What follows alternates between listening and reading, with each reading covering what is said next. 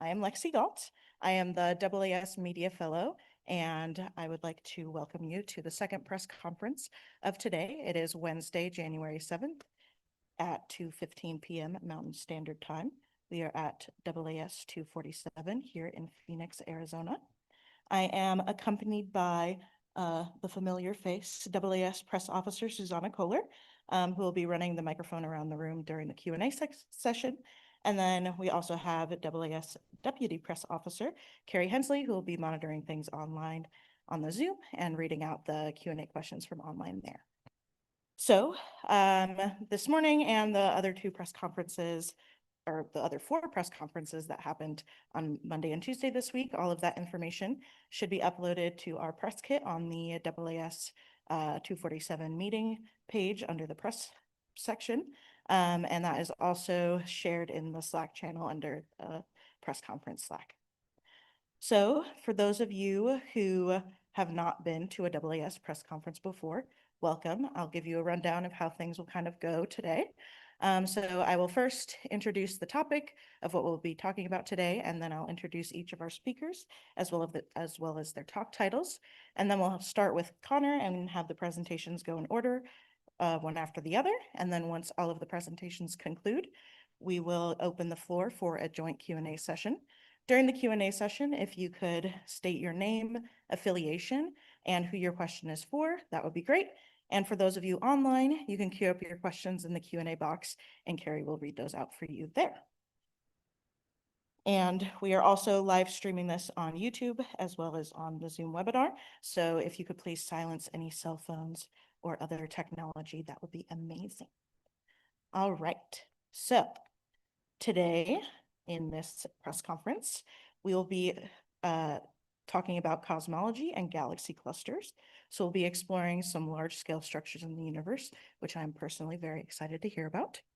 We will start off today's press conference with Conor Larison from the Space Telescope Science Institute, and he will be speaking about the strongly lensed supernova Pantheon as revealed by JWST. Next, we'll have Nicholas Fu from Arizona State University speaking on the discovery of a strongly lensed protocluster core candidate at cosmic noon. Then we'll have Vandana Ramakrishnan from Purdue University speaking on Odin hunting young cosmic giants at high noon.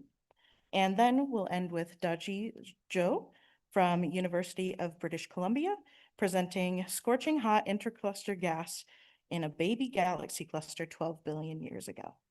So now we can go ahead and kick it off with Conor.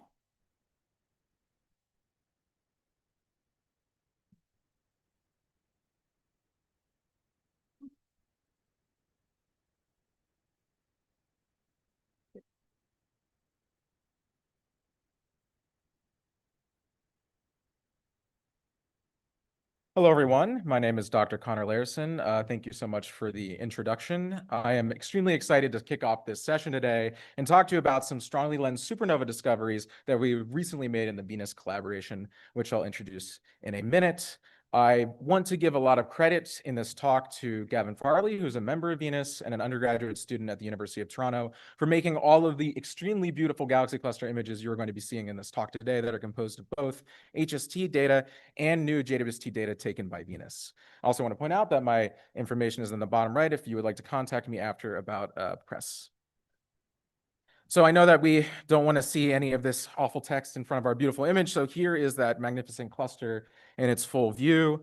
And this is just one of 60 clusters that are going to be taken by this program. So Venus stands for the Vast Exploration for Nascent Unexplored Sources. It is actually a very high redshift survey, despite the solar system-like name. We are trying to target very distant, strongly lensed galaxies, active galactic nuclei, which are the supermassive black holes at the centers of those primordial galaxies, stars and star clusters, and supernovae. And this is a multi-epoch large treasury program. And again, total 60 clusters. And at the end of this, maybe we'll have a beautiful image like this for all 60 of them as well. And these distant objects are really interesting for understanding the birth of galaxies, black holes, and stars, basically all of the core mission objectives of JWST. But today I'm specifically going to focus on this last point here, this last target, which are these strongly lensed supernovae, which can tell us really interesting things about cosmology and also supernova physics evolution across cosmic time. So I'd like to introduce our first supernova that we discovered with Venus, which lies in this MJ0308 lensing cluster. And just to remind you, in the galaxy cluster lensing system, you have these distorted and magnified background images of distant galaxies that appear all across the cluster image. Here, I know it's going to be really hard to see the supernova from that zoomed out, so I'll zoom in closer. And maybe now, if you have a good eye, you could actually pick out where the supernova is in this image. But if you can't, no worries. It's very difficult without subtracting old data.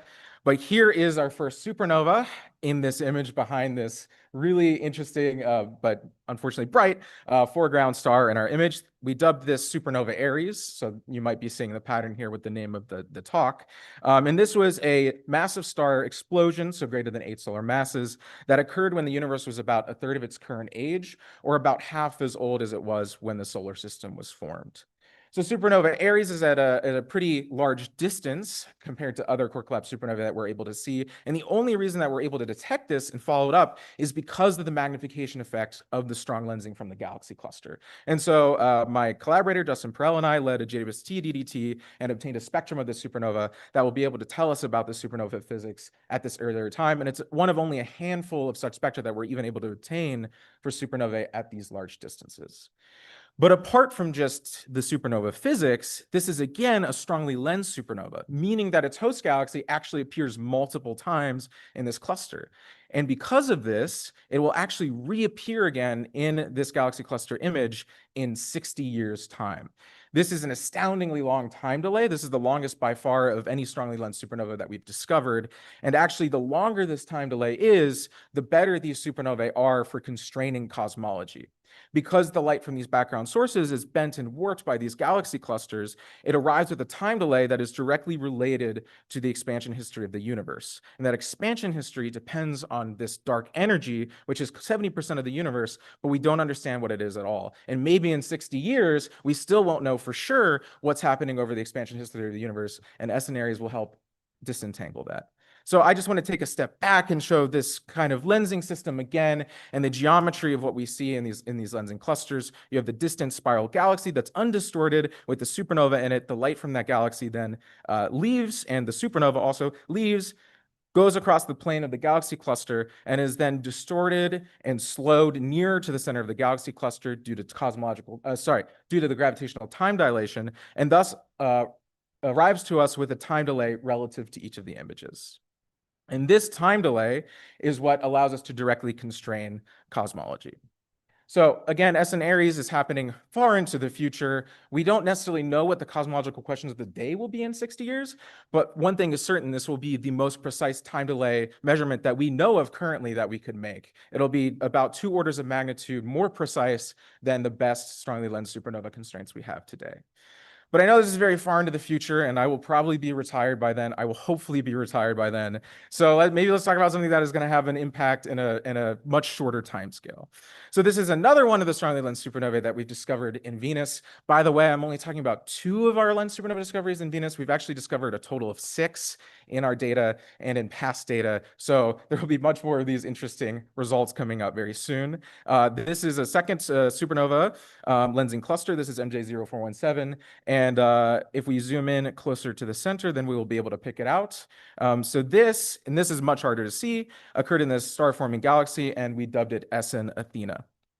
This exploded when the universe was about half its current age, so it's a little bit closer than supernova Aries. But you may notice already, just looking at the image, that its host galaxy is also multiply imaged by this galaxy cluster and appears just a little bit to the lower right. And so supernova Athena will reappear here in this host galaxy in about 1 to 2 years' time. And this is a really important timescale for the current cosmological tension that we're seeing. The local expansion rate of the universe, which is called the Hubble constant, is currently a hotly debated topic in cosmology. Local distance indicators such as type 1a supernovae tell us one answer for how fast the universe is evolving locally, but predictions based on cosmic microwave background observations tell us a whole different number, and they're now at 5 sigma tension. This 5 sigma tension could mean that there's unknown physics that we have yet to understand in how our universe evolves, such as a dark energy evolution over time. So this observation will come at a time when it's sorely needed, when independent tests, such as these strongly lensed supernovae that don't depend at all on the type 1a supernova or CMB physics, allow us to test those current cosmological analyses and also potentially reveal unknown systematic biases. And with that, I would just like to quickly summarize and again give the key takeaways of how impressive and important these supernovae are for our understanding of the universe. So galaxy clusters act as these extreme natural telescopes that allow us to peer far more into the distant past than we would without the effects of strong gravitational lensing. Venus is using them as telescopes to discover distant, rare sources. Again, we are going to be observing 60 galaxy clusters. We're about halfway through our program, and we have already discovered examples of all of the targets that I talked about at the beginning. So this is an incredibly rich program that will continue to give us amazing results. Among those results include these lens supernovae, which are important for supernova physics evolution over time, and also for our understanding of the cosmic evolution of the universe. Supernova Aries, with the longest time delay that we've ever seen of a strongly lensed supernova, will eventually give us an incredibly tight constraint on cosmological evolution with a single-step probe, which is very rare in cosmology. And supernova Athena will come much earlier in 1 to 2 years, and we'll be able to weigh in on the current cosmological tension as it is now. So thank you so much, and happy to answer any questions.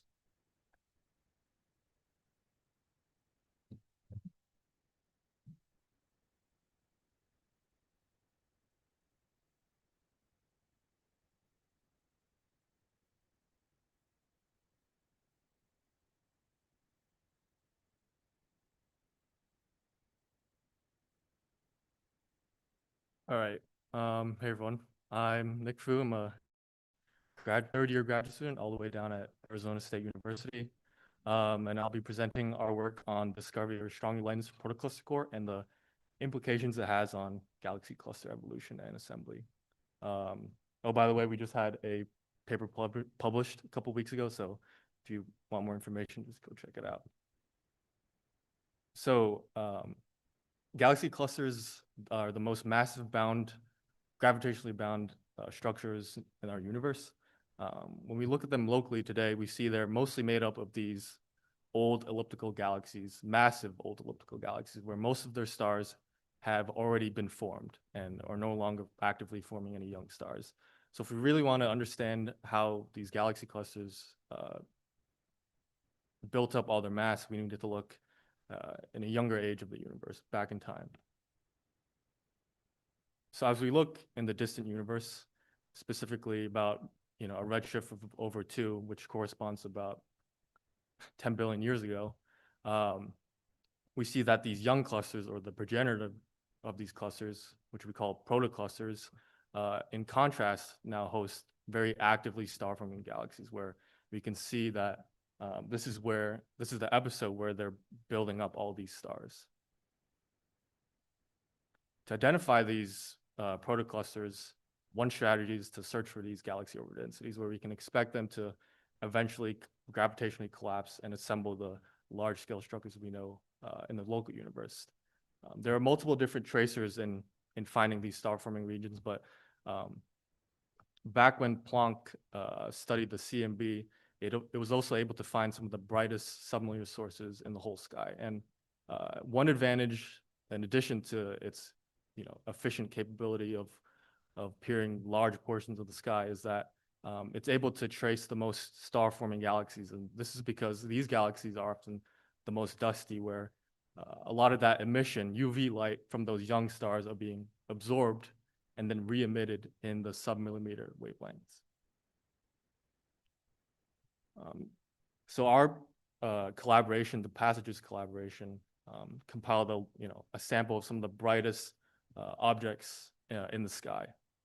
And Planck is great, and other single dish telescopes did a lot of the heavy lifting of determining the redshifts of these sources, but their ability to spatially resolve their structure is somewhat limited. So this warranted subsequent observations from, from AMA, the Atacama Large Millimeter Array, to follow up their structure. So we have one source in particular, J0846. I'll call it J08 for short. In this unresolved data appears as a blob, but as ALMA observations revealed, it is indeed not a blob, but rather made up of multiple galaxies all at the same redshift. So here we have 11 of these dusty galaxies all at the same redshift. And you can see in these images, I know Conor gave a really nice talk about lensing, but these features of extended arcs and even multiple images of a single galaxy are telltale signs of gravitational lensing at play. So as Einstein predicted, massive objects, including galaxy clusters themselves, can act as these natural cosmic lenses to study the distant universe. And if you just get the, just the right alignment, you can study what would otherwise be a very faint and distant galaxy. Now you get this really nice magnified image. And on the right, we have now Hubble Space Telescope Gemini imaging now in the optical wavelength. And we can now see that there is indeed this foreground cluster that is lensing this more distant protocluster. And you'll notice that the ALMA more dusty galaxies are often faint and sometimes undetected. And as you might expect, because they're extremely dusty and is blocking all of that optical light. But when you add back on this ALMA emission, you can now clearly see how this foreground cluster is lensing this protocluster. And it may very well be that this more distant protocluster, billions of years later, will evolve into a similar structure like the cluster lens that is lensing it in the first place. So we can measure the total dust emission among these 11 dusty galaxies and infer how fast stars are being formed in this whole system. And they're among this extreme class of objects, what in the literature we've been calling protocluster cores, where they represent some of the most extremely star-forming environments in the entire universe. And just for context, J08 is forming stars about 5,000 times faster than our own here in our own Milky Way. And we believe that, we're catching, in this earlier time in the universe, we're catching these cores during a really intense and maybe rare episode of stellar buildup, where they will eventually form into the most massive elliptical galaxies that dominate the galaxy clusters. And I'll just end with a quick summary to say that, submillimeter bright galaxies or protoclusters offer a really valuable laboratory to study the intense buildup of these largest structures in our universe.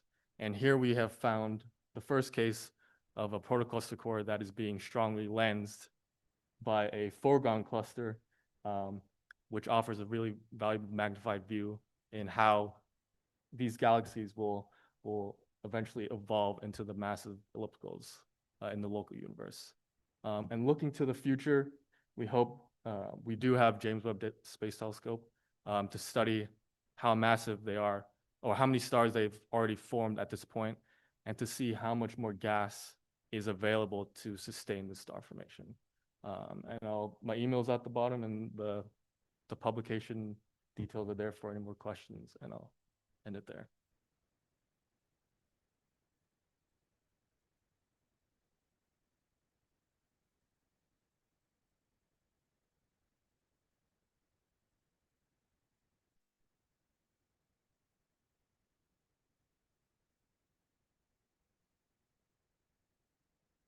Okay, so hi everyone. My name is Vandana. I am a final year graduate student at Purdue University. And today I want to tell you about the Odin survey and the work we've been doing to hunt some of the most massive structures in the universe at cosmic noon. So Nick already covered a lot of this ground, but just to go over it again. When I say cosmic giants in the title of this talk, I'm referring to clusters of galaxies, which are the most massive gravitationally bound objects in the universe. And each cluster contains 100 to a few thousands of galaxies, just like our Milky Way. So these are really massive objects. We really want to understand how these galaxy clusters form and evolve, both as a critical test of models of structure formation and also to understand the evolution of the galaxies within. And one of the best ways to do that is to literally look back in time, which is a thing we can actually do in astronomy, which personally I think is one of the coolest things about this subject, right? And so this video kind of illustrates a simulation perspective of that, running a massive galaxy cluster backwards in time, right? And there are a few features I'd like to highlight, which I'd like you to remember as I go through this talk.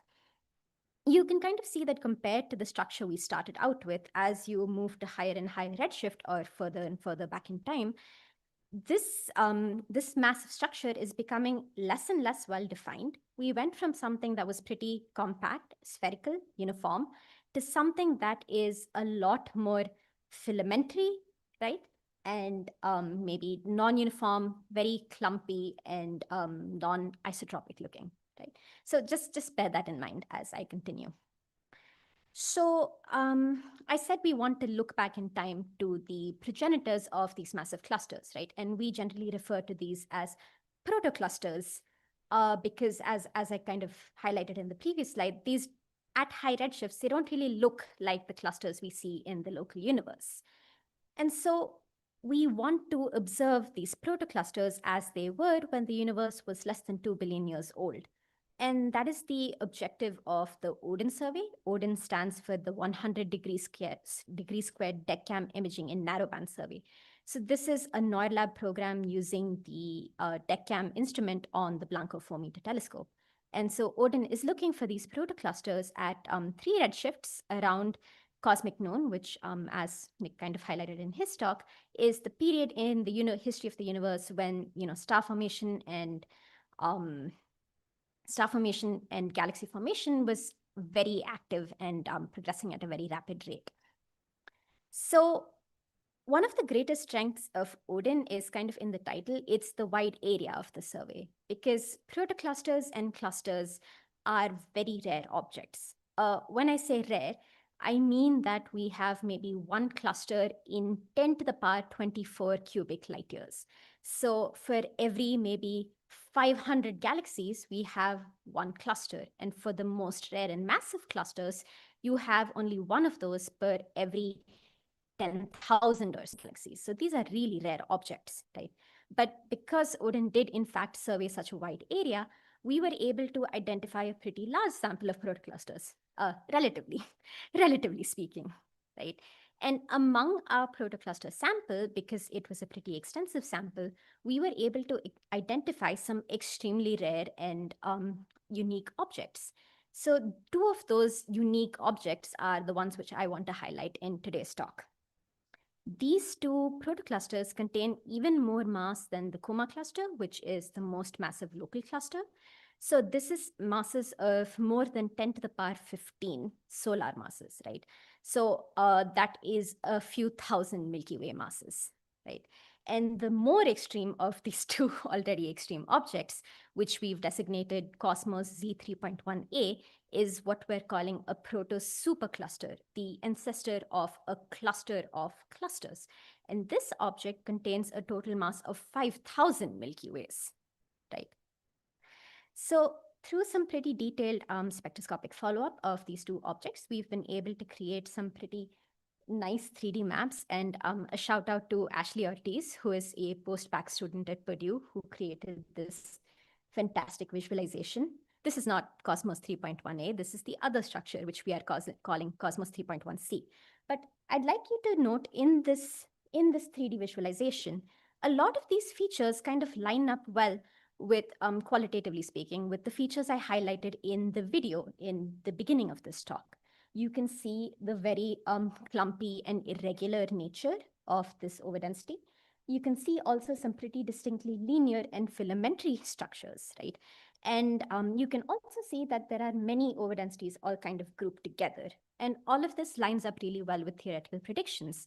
And this is one of the first times we've been able to see all of this in such detail and in 3 dimensions. So this now is a map of Cosmos C3.1a. It is the highest redshift proto-supercluster known, and it's only the second known object of its kind. Based on our 3D mapping, we think this object consists of 10 cluster mass peaks, and it presents a pretty unique opportunity to study galaxy formation in the most extreme environments. So for example, it has already been independently found that this structure contains 3 extremely massive galaxies. And we are looking forward to exploring it more and seeing what other mysteries it contains. And Cosmos 3.1a also serves as an important test of models of cosmology and structure formation, because basically the number of the most massive and extreme structures you can form is kind of limited by your cosmological parameters. So this is a very interesting object from the perspective of cosmology as well. So to summarize, galaxy clusters are some of the most extreme environments in the universe. We really want to understand how these objects form and evolve. And to that end, we want to look at their progenitors billions of light years away, right? And this is the objective of the Odin survey, which is looking for protoclusters at cosmic noon. Odin has identified a wide sample of protoclusters so far, including 2 extremely rare and massive objects, which are the ancestors of clusters even more massive than the Coma cluster. Out of these 2 extremely rare objects, one of them is a proto-supercluster, which contains a mass of more than 5,000 Milky Ways and serves as an excellent test for both models of galaxy formation and models of cosmology. Odin has also managed to create very detailed 3D maps of these extreme structures, and it has revealed for the first time 3D features which agree really well with our expectations from theory. So, thank you.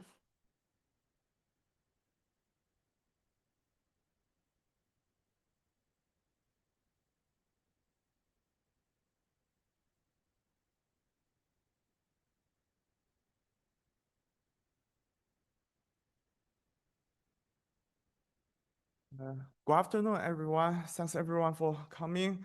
I'm pretty excited to share about our new discovery of a scorching hot intracluster gas in a baby galaxy clusters 12 billion years ago.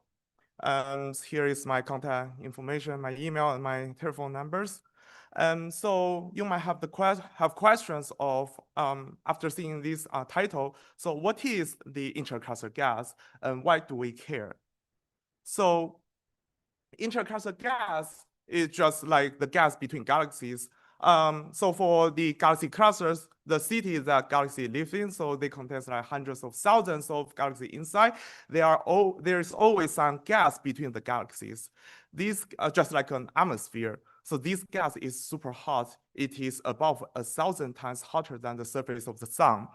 And it is very important to study this gas because it contains around 80% of the normal matters in each galaxy clusters, which is a few times more massive than the total mass of all the galaxy together. Because this gas is very hot and very abundant, so they can influence the galaxy evolutions inside the galaxy cluster. So it's very important for us to understand how the galaxy evolve inside the galaxy clusters. And so this gas can be observed through the X-ray because this gas is very hot, so it has a light in X-ray. So we usually use the X-ray telescope in the space to observe such a gas. So when we measure the temperature of this gas, we found that the temperature of the intracluster gas has a tight correlation with the cluster mass. So it is a very nice indicator of the mass of the clusters. And we use it to study the cosmology because of this. However, we do not know whether the intracluster gas and its temperature can still be the indicator of the cluster mass in the early universe because, as you might imagine, so the X-ray of this gas just became so faint because when you want to study the early universe, you must observe the very distant objects to trace back in time. So this is the distance that it's very challenging to observe when you want to study is in X-ray. So what can we study for the intracluster gas in the early universe? So actually, there is also a different and unusual technique, so-called the Zhou effect. So when you use the radio telescope to watch the sky, you can see the Big Bang afterglow, so which we also call it as cosmic microwave backgrounds.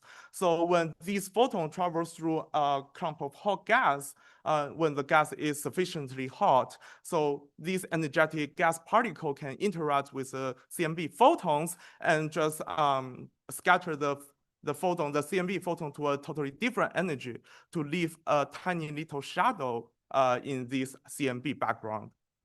So we can use such an effect to trace the scorching hot intracluster gas in the early universe because doesn't like the light, so it won't get weaker in the distant universe. We can see very distant and early objects through this technique. So the system we study this time is so-called the SPT 2349. It is a very extreme baby galaxy clusters in very distant universe. It is around 12 billion light years away. So it is the time when the universe was only 1.4 billion years old. So it is the 10% of the age of the current universe. This system is very compact. It has above 30 active galaxy in only a 500,000 light year region. So give you a reference. So this size is only comparable to the dark matter halo that's our Milky Way inside. And actually, it is one of the highest density that we have discovered in the universe. And previously, we also found a huge amount of the coal gas reservoir in this system. So it is a good system to study whether there is existence of the hot intracluster gas. So we have studied it also with the ALMA, the most powerful radio telescope in the world in Atacama Desert in Chile. And we have the observation, and actually we really discovered the hot intracluster gas in this system through the Zhou effect. So it is actually the earliest and the only detection in the first 3 billion years of the universe. And it is also very significant. It is actually a 10 sigma detection. So it is very strong and also unexpected because in our current understanding of the cluster formation, we usually think the intracluster gas in the young galaxy clusters in the early universe should be still cool and less abundant. But in this hot intracluster gas that we discover, it is even more than 5 times hotter than the expectation from the current day mature clusters. So it's pretty surprised. So then we might ask the question of, so what really happened here? So from our current studies, so beside the active galaxy here, we also discovered 3 giant black holes that injecting the powerful radio jets in this system. So we think the most natural explanation that we have is that the giant black hole outbursts just overheat such a hot atmosphere. So the powerful jets can just pump up the enormous amount of the thermal energy to the surrounding gas. It's just like the volcano eruptions. So our study can indicate that the powerful activity from galaxy and from this supermassive black hole can already significantly influence its surrounding environment. So here is my summary. So in this study, we discover a large amount of extremely hot gas in a distant baby galaxy clusters 12 billion years ago. And the current theoretical model doesn't predict such a hot gas. And more importantly, it is the first ever detection of such a hot gas in such an early epoch. So it opened a new window to study the early phase of the cluster formations and evolutions. And I will stop here. Also a quick advertisement. So here is the QR code of my paper and the, so this is the QR code of my papers and also the companion papers reporting the 3 radio AG and the supermassive black hole in this system. and our work has been published on Nature. So I will stop here, and thank you very much.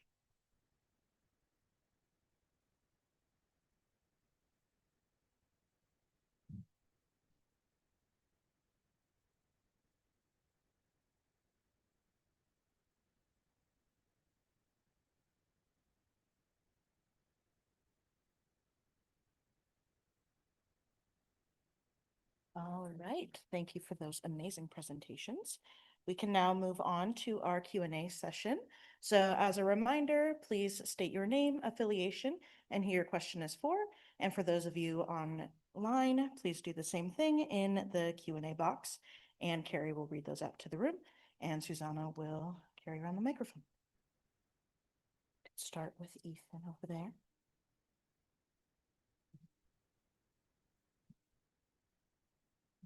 This is Ethan Siegel from Starts with a Bang. I can have a few questions, but let's start with one for Vandana. I really liked what you were saying about the Odin survey and the galaxy clusters you were finding and highlighting. Back when we first found the El Gordo galaxy cluster, it was hailed as possibly the biggest galaxy cluster in the universe for its time, from when we observed it back in cosmic history. How are the Odin clusters that you're finding at cosmic noon, like Cosmos Z 3.1a, how are they aligning with that story? Are you finding too numerous overmassive galaxy clusters for that time, or is what you're finding completely consistent with what I'd call a vanilla lambda CDM cosmology? So that is a fantastic question. Thank you. So I think I should clarify one point first. El Gordo is a merging cluster system, but it is in fact a single gravitationally bound object, or will become a single gravitationally bound object. Our object Cosmos 3.1a is not, we do not think it is going to end up as a single gravitationally bound object. So it's going to end up more like a close association of multiple clusters. We do have examples of this in the local universe. For example, I think we have the Laniakea supercluster, right? So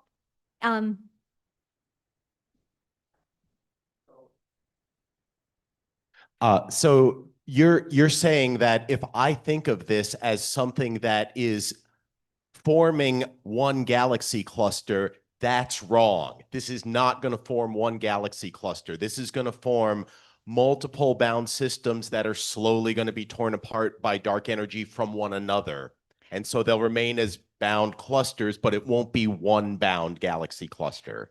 well, again, it's difficult to say that they will be torn apart by the expansion of the universe. They will probably remain close to each other, but they are not. They are not a single bound object. Let me see. Maybe what I'm trying to say is that they're not within a single dark matter halo, right? And to your question about lambda CDM kind of restricts the most massive dark matter halos you can form. And in that respect, this is not going to form a single dark matter halo, right? So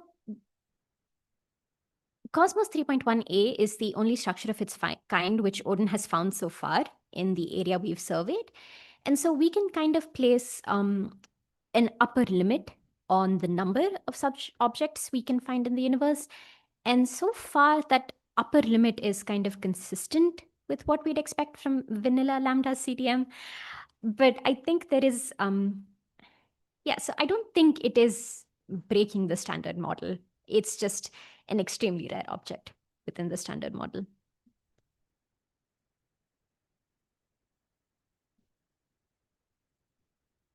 Kevin Croker, Arizona State University research scientist. My question is for Conor. So you found these supernovae that are lensed. These systems are like SNE Hope. Is that the same idea? Yeah, exactly. So supernova Hope, which he is mentioning, was a type 1a supernova that exploded in a galaxy that was lensed by a galaxy cluster.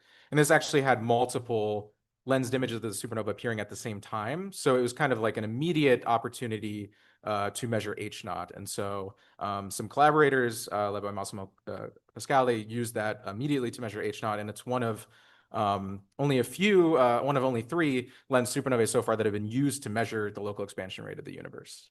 So they're Okay. still pretty rare. Okay, and so with the objects that you guys are finding, what are the projections for sort of measurements that you can, and like, what's the timeline for that? Yes, great question. Yes, so for supernova Athena, we're looking at a total uncertainty in H naught of around less than 7%. But that depends on the supernova type, which we actually are not sure of yet because we don't yet have a spectrum of that supernova.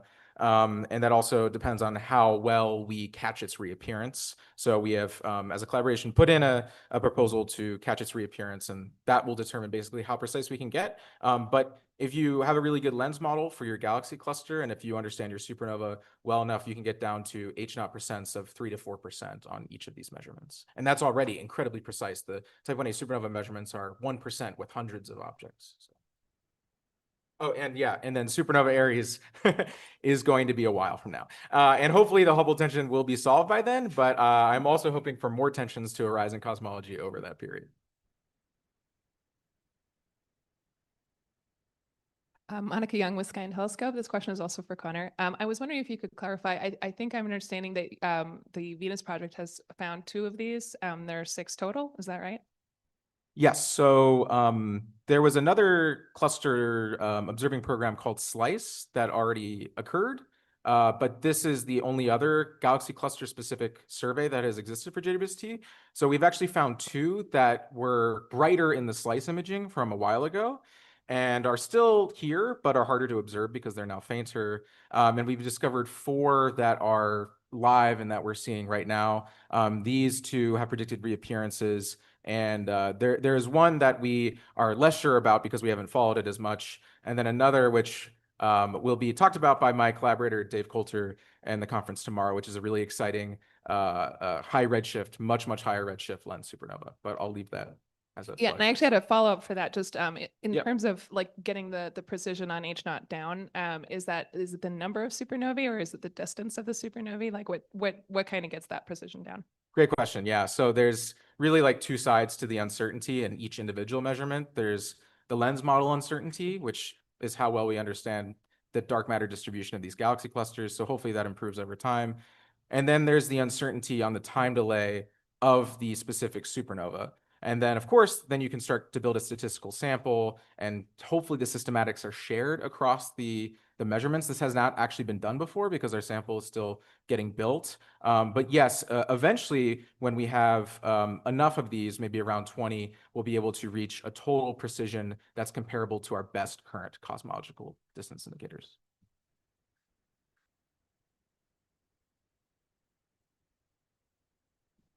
David Reitzel from Griffith Observatory. Another question for Conor.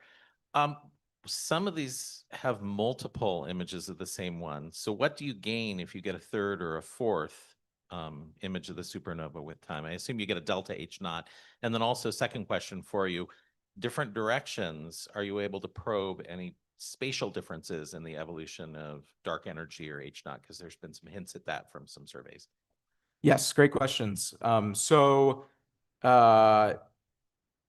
Sorry, could you repeat the first question? Multiple instances.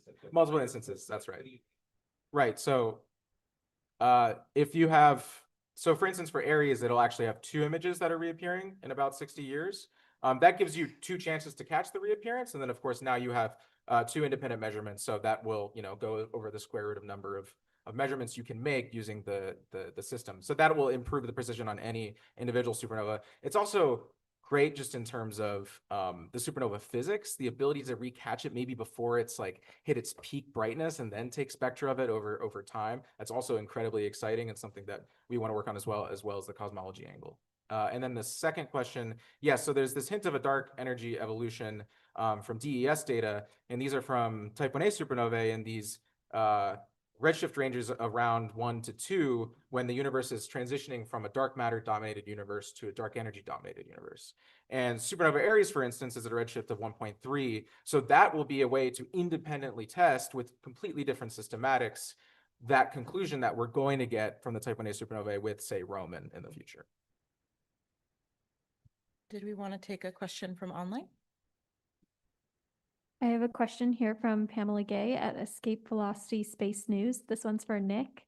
Do you know anything about the large-scale structure between the foreground and background cluster / protocluster? I can't imagine a wall spanning that distance, but it's a cool alignment, and I'd love to know if you know more. Yeah, sure. That's a great question.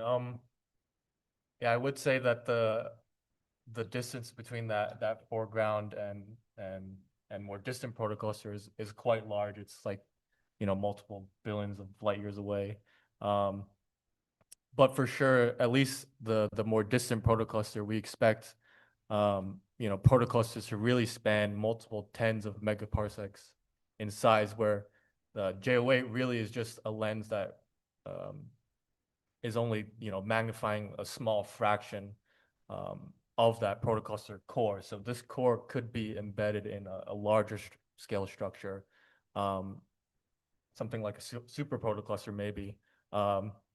So yeah, the future work is to expand the kind of observing area to see if we can probe this larger scale structure. Yeah, thanks.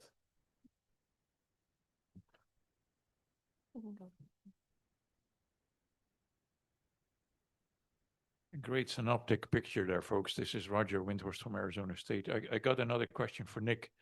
So the Milky Way forms less than a star per year, right? Less than a solar mass. JO8 does 5,000 solar masses a year. That's a Lamborghini of galaxy formation, right? It's going to run out of gas really soon at this rate. Now, your paper says you have about a few times 10 to the 11 solar masses in gas. If I'm not mistaken, you're going to run out of gas in a few tens of millions of years. So what's going to happen to JO8? What is it going to look like a redshift 2.5? Right. Yeah, that's a great question, and it's still, I would say, an open question.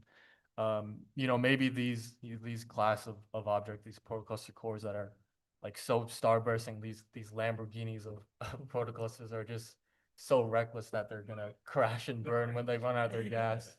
Or maybe, as like Dazhi alluded, that maybe there's these structures have the ability to efficiently accrete this cold gas to be able to sustain this star formation. And I mentioned it before, but future like ALMA and VLA observations hope to trace this maybe potential large scale gas that is able to slowly accrete onto these structures. But so they're going to stop at the intergalactic gas station and get more gas. Hopefully, yeah. If they want to sustain this star formation, or maybe they crash and burn by.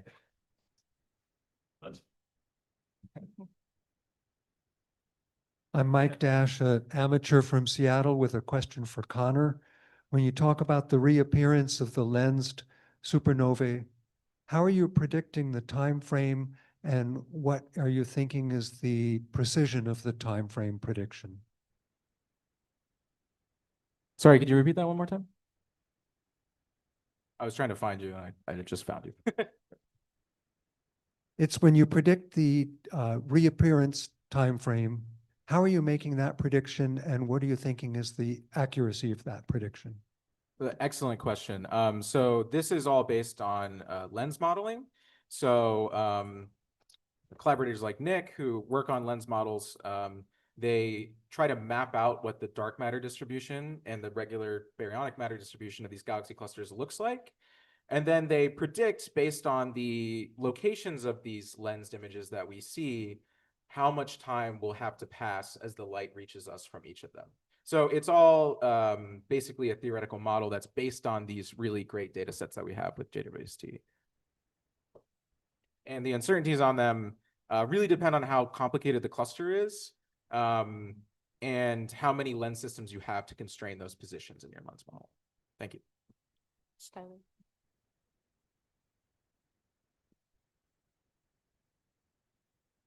Hi, Skylar Grayson, Astrobytes. I have a question for Dazhi. The discrepancy that you alluded to between what we kind of expect from our models and theories at these high redshift protoclusters and what we see, to what extent do you think that can be contributed to this being somewhat of an extreme system in terms of the really dense environment and the several active galaxies? And would you expect that this points to an underlying problem with our models, or is this potentially just this one unique system? Thank you. So I think before I answer the question, I should first give a bit reference of the gas that we expect, the temperature of them. So actually the current day intracluster gas, their temperature is mostly governed by the gravity. So we usually have determined the gas temperature by the mass of the cluster. So in the system we study, so if we calculate this expected temperature from the mass of this protocluster, we found that the actual energy or the thermal energy of this gas is way higher than the expected energy from the gravity alone. So we think it's like, it's actually, we use like a large suite of the cosmological simulation to study, and we could not find any similar systems that can have such a huge discrepancy. But whether it is an outlier or it is a normal trend, we don't know yet. So actually it is like every new discovery. So we really need to have the individual confirmation and observations to see whether it is a common stage of the cluster formation or this one is just like an outlier. So it is also something that we hope the community can do next. And actually we also have the follow-up plan to have observations for other young galaxy clusters at a similar time. Thank you.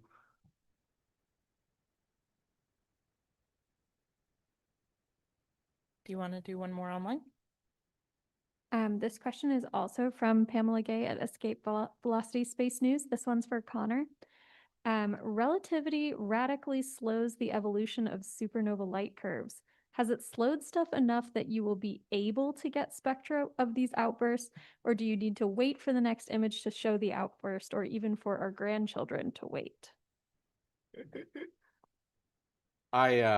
For S and Aries, I really hope my grandchildren or somebody maybe in this room who's young enough, which might not be any of us, will be able to catch a spectrum of this supernova as well. We actually were able to get one with the current appearance as well. It was bright enough.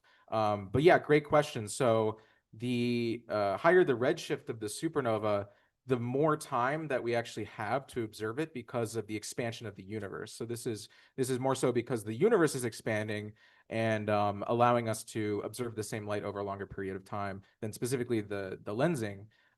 But yes, these high redshift supernovae are great for this potential. In the strongly lensed systems, they're magnified. So these high redshift ones that would otherwise be too faint, then we can take spectral series of, and they're also at really high redshift, meaning that we can observe them for much longer. And so we're able to get time series of the evolution of the physics of the supernova, which is extremely helpful to understand anything that's actually going on with the physics of the system. So I think strongly lensed supernovae are they're extremely rare, but they're the best way to study these high redshift supernovae that exist, and they also give you cosmology. Go back over here to Monica.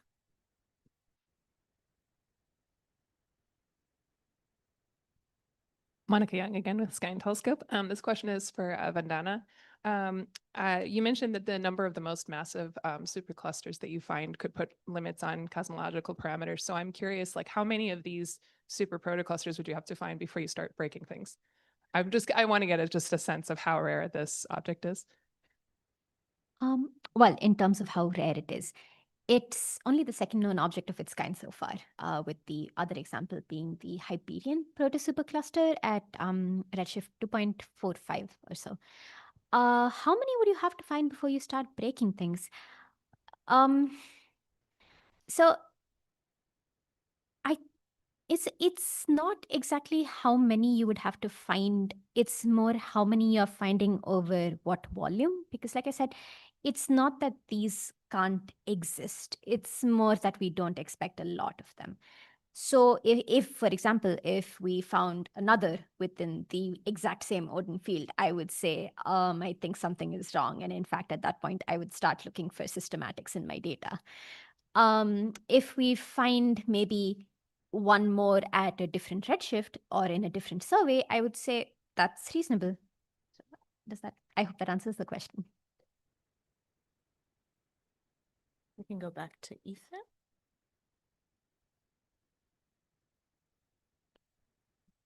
Thank you. This is Ethan from Starts with a Bang. This is a question for Dazhi. I would like to know, You said initially something that surprised me when you were talking about this, that before your work on this SPT cluster, it was known that there were 30 or more active galaxies within 500,000 light years.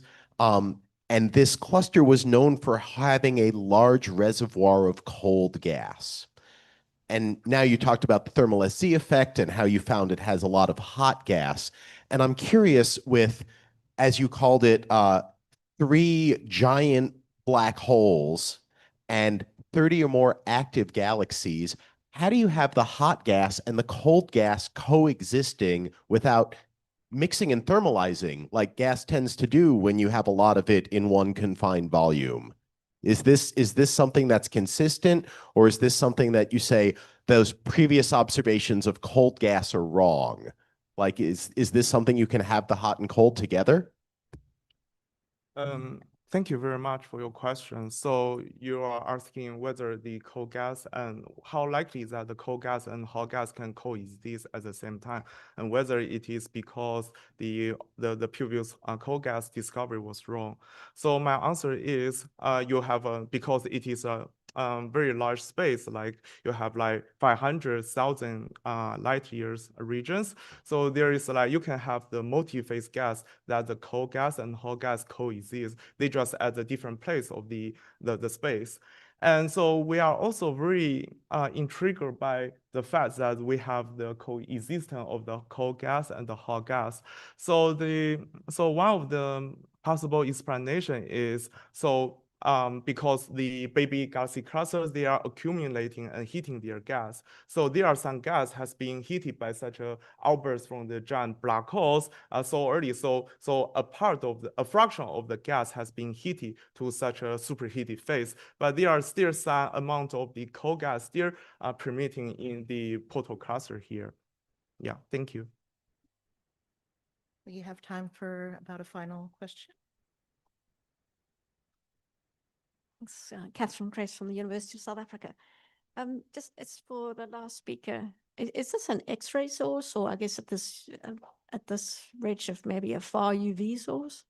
So the source that we study, the SPT 2349, so it's actually discovered from the millimeter wavelength telescope, the radio telescope from the South Pole telescope.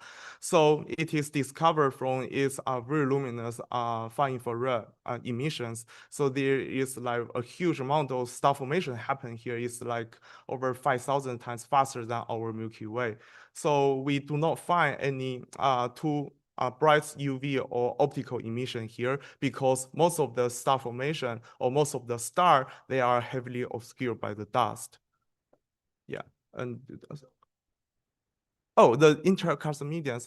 Yes, so the intracluster median was discovered by the SE effect, and as I mentioned in the first slides of my talk, so it's very challenging to detect the intracluster medians by the X-ray at such a distant universe, because it's just like too faint. If like further explain, it's like we also have like the redshift effect. So you will only probe the fainter part of the X-ray emission, and it will just make it even more challenging. So far, we also have planning some follow-up observation with the current X-ray telescope, like asking for 1 million seconds SMN Newton time, but we didn't get success so far. But hope we can get some observation soon. Thank you. All right, thank you all for your questions. Let's thank our speakers one more time.